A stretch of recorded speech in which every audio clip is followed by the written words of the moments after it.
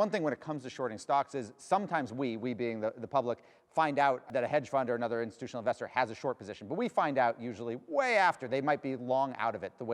Should that disclosure have to be more real time? This is a really hotly debated topic. And so at the New York Stock Exchange, we're sitting here between issuers and investors, right?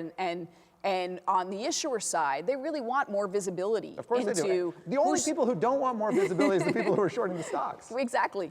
On the investor side, though, there's a lot of studies that show that once that information is out there, not only are their competitors reacting to it, but they're concerned about that competitive landscape and what the impact on the stock is when that information becomes available. So we're trying to strike that balance of providing visibility and also providing, not taking away that competitive advantage. But right now, the balance seems to be completely on the side of the shorts, right? You can short a stock, you can go on TV, you can take a couple shots at it quietly, just kind of under the covers, and then you can get out of it before anyone realizes you were in it. Yeah, it's interesting. The 13F filing was 13F is the mechanism that the SEC uses to require investors to disclose their positions, and shorting is not part of it now.